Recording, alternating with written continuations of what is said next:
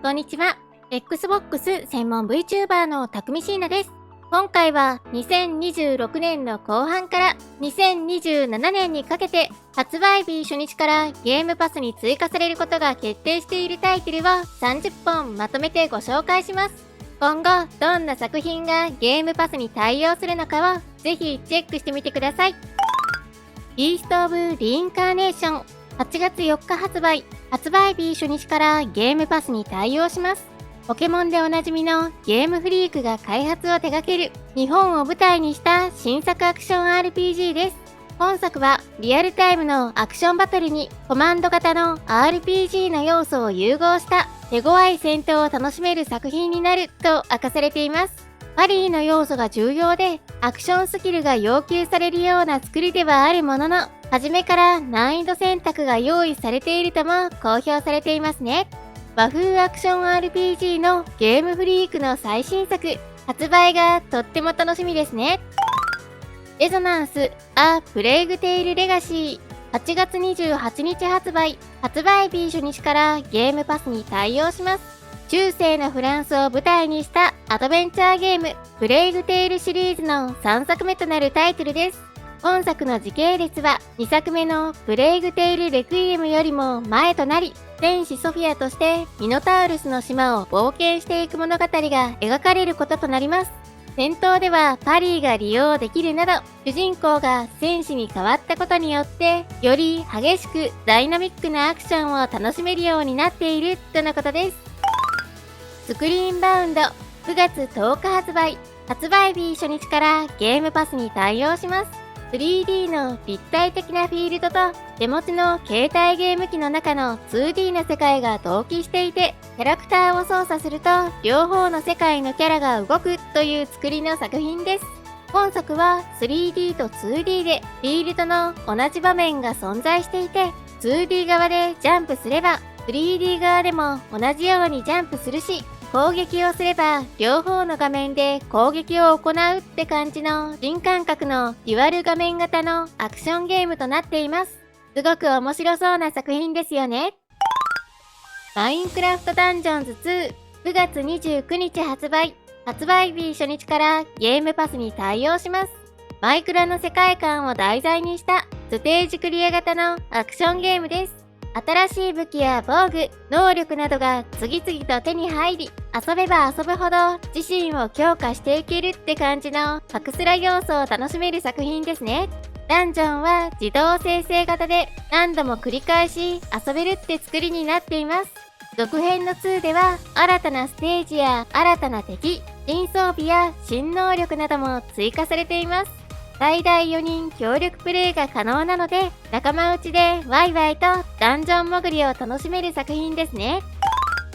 Gears of War E-Day 10月7日発売日初日からゲームパスに対応します。シリーズ1作目の前日譚が描かれる Gears シリーズの最新作です。前日譚ということで、再びマーカスとドムをメインキャラにした物語が描かれることとなりますね。ゲームシステムとしては、ダッシュやローリング、壁へのカバーリングなど、シリーズ伝統のアクションは健在ではあるものの、その全てのアクションを一から作り直しており、ギアーズらしい重厚感を残しつつも、よりダイナミックで自然なゲームプレイを楽しむことができると明かされています。また、キャンペーンモードの他にも、対人戦はもちろん、最大12人の協力プレイが可能なホードも搭載しています。いよいよ待ちに待ったギアーズの最新作の発売が近づいていますね。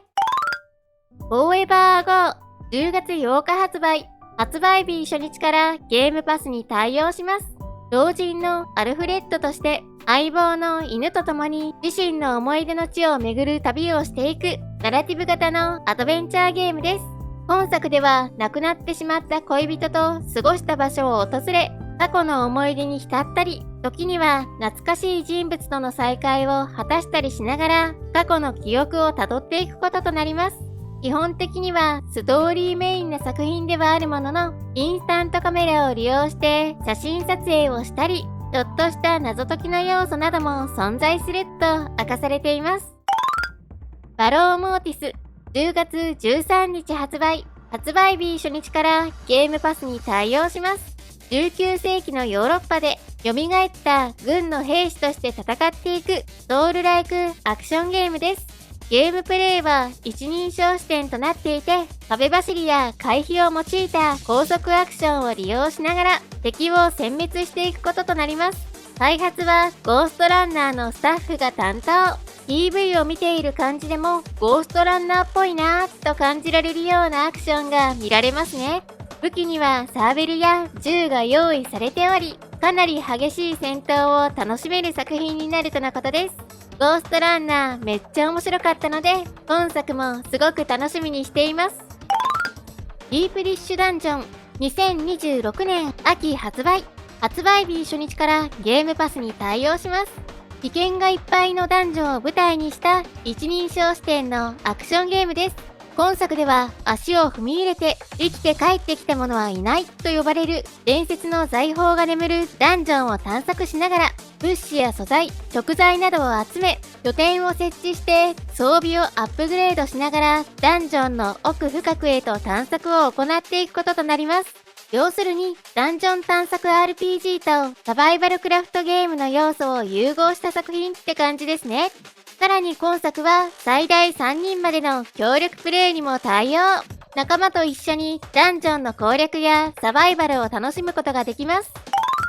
ブレイブシーズンズ2026年秋発売。発売日初日からゲームパスに対応します。こちらはホラーテイストな物語を楽しむことができる農業シミュレーションゲームです。基本的には野菜を育てたり、釣りをしたり、鉱石を掘ったりなど農業を楽しんでいく作りなのですが、その過程で舞台となる町では不可解な事件が発生。犯人を突き止めるべく町の住人からの依頼をこなしながら信頼を築いていくって感じの作品になっています。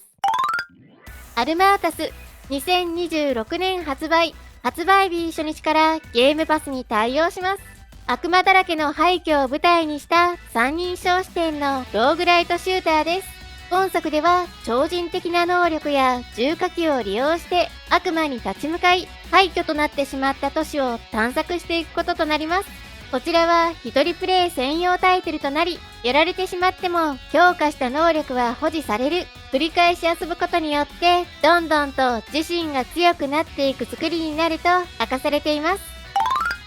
アットフェイスエンド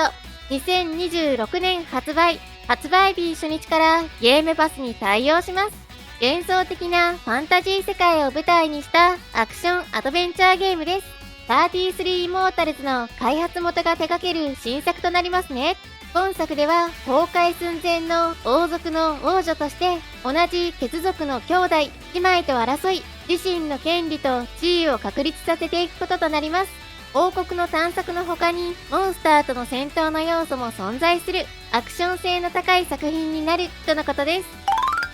マリアッチレジェンズ2026年発売。発売日初日からゲームパスに対応します。メキシコを題材にした横スクロール型のメトロイドバニア作品です。ビジュアルや世界観、それに BGM の方にも存分にメキシコの文化を取り入れていて、広大なエリアを探索しながらスピード感あふれる戦闘を楽しむことができると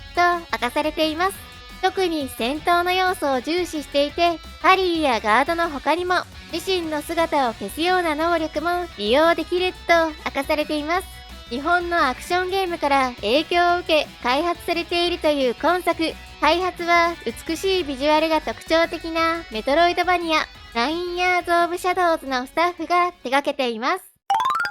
たぬきぽんと夏の思い出2026年発売。発売日初日からゲームパスに対応します。たぬきのポンが主人公の 3D アクションゲームです。ポンの目的は神社を建て直し、たぬき祭りを開催すること。その資金を貯めるべく、ポンは郵便局で働き、配達業務に励むこととなります。BMW を乗り回して配達をするたぬきというのが今作最大のポイントですね。また、荷物の配送だけでなく、野球や相撲などのスポーツを楽しむ要素も存在すると明かされています。ポン There are no ghosts at the Grand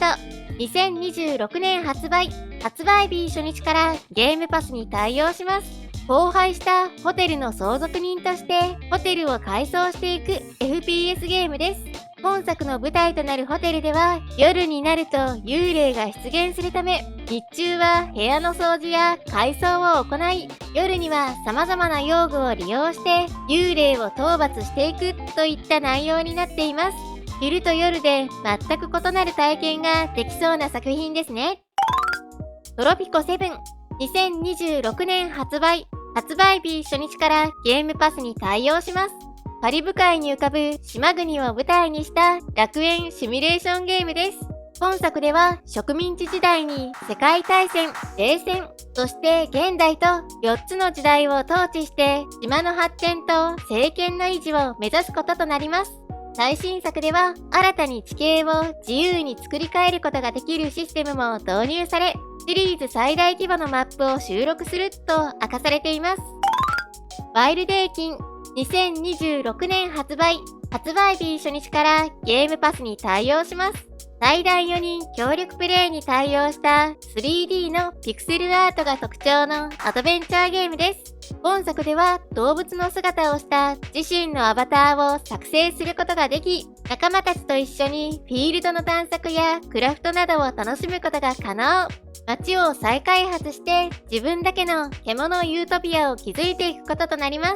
また、クラフトの要素だけでなく、バトルの要素も存在していて、仲間と一緒に手強いボスと戦うようなシーンも存在すると明かされています。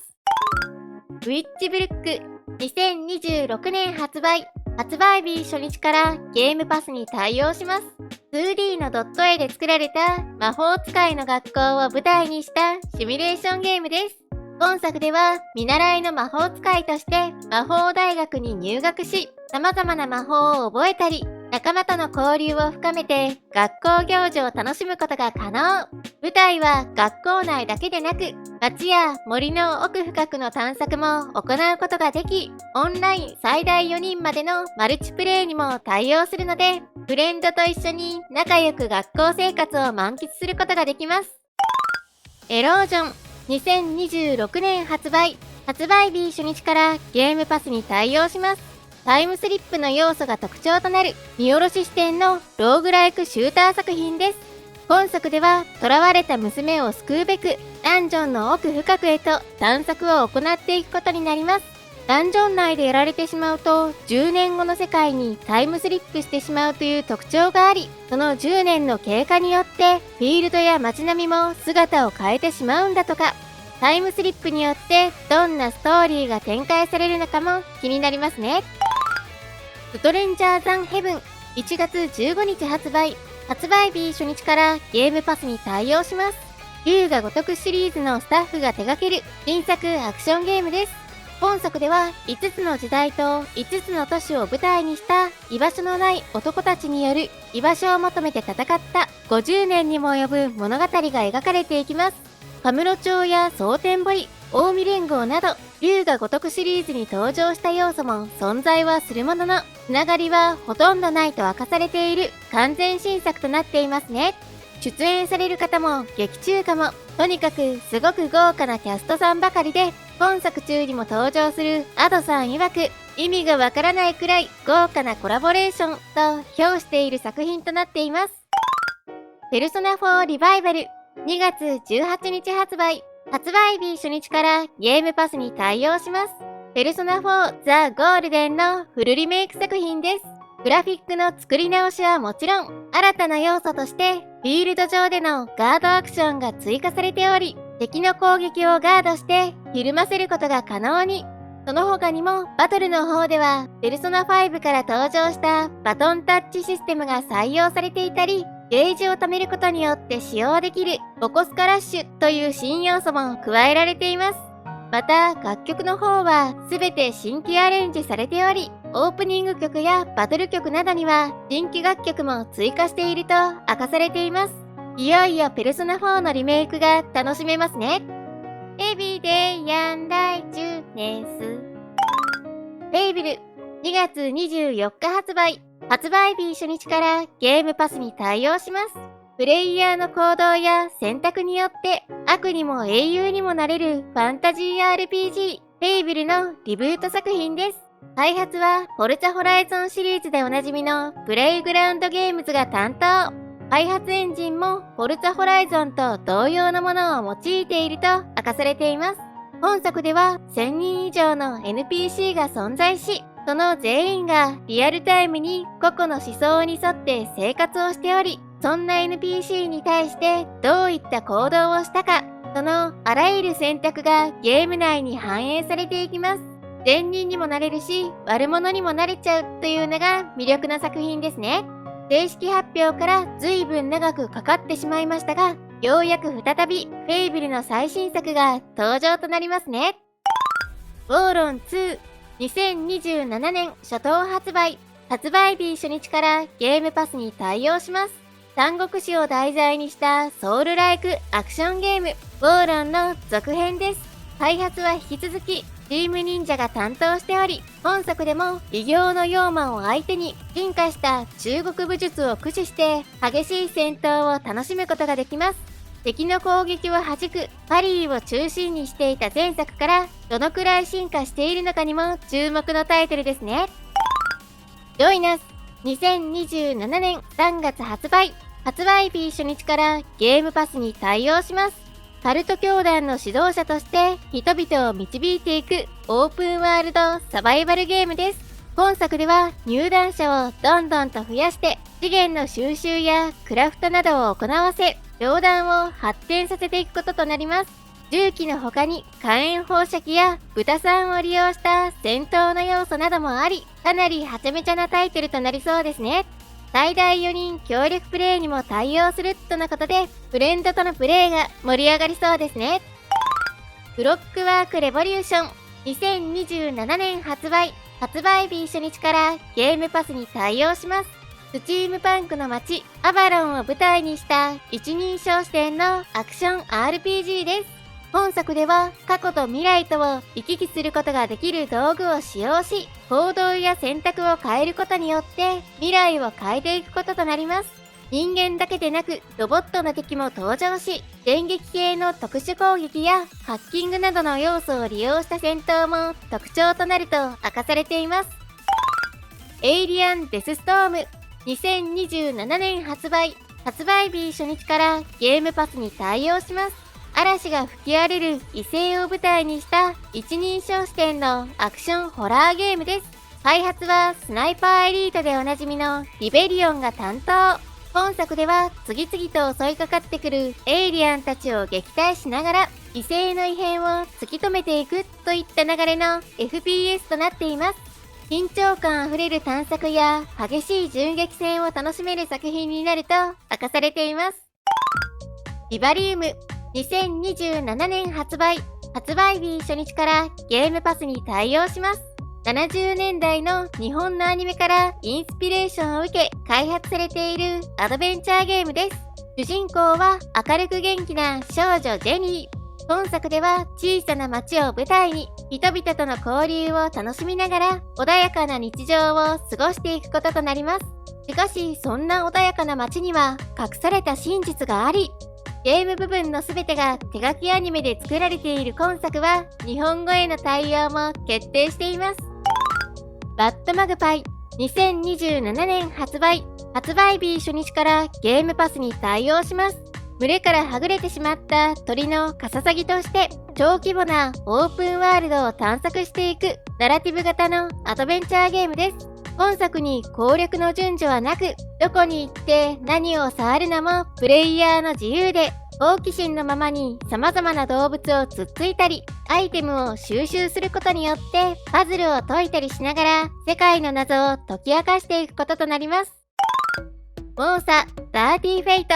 2027年発売。発売日初日からゲームパスに対応します。復讐と責任、そして野望を背負う一人の武士の物語を描く新作アクションゲームです。本作では剣と弓を利用して群がり襲いかかってくる妖怪たちをなぎ倒していく爽快なアクションを楽しむことができます。激しい戦闘や大型のボスとのバトルが楽しめるとのことで、高難易度ゲームになるのかな？続報が楽しみです。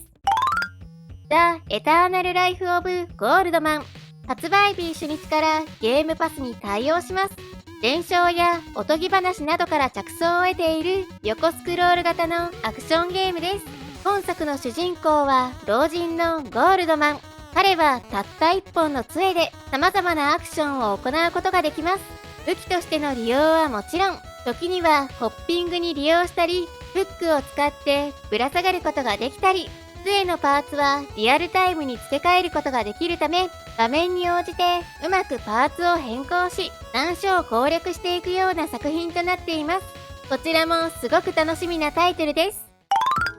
ペルソナ6、発売日初日からゲームパスに対応します。アトラスが手掛けるペルソナシリーズの最新作ですね。最新の6では現代の日本の街を舞台に学校生活や友情、恋愛といった身近な出来事を体験しながら不可思議な噂や都市伝説などオカルティックな事件に立ち向かう少年少女たちの1年間の物語が描かれると明かされています。テーマカラーが Xbox と同じ緑ということもあって続報が楽しみな作品ですね。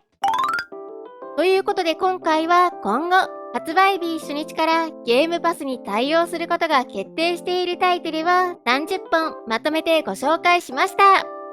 私のチャンネルでは今後も Xbox の最新情報や製品紹介、そしてレビューなどを行っていきます。よかったらチャンネル登録や高評価していただけるとすごく嬉しいです。あと X の方でも情報発信しているのでフォローしてね。それではまた次回の動画でお会いしましょう。またね。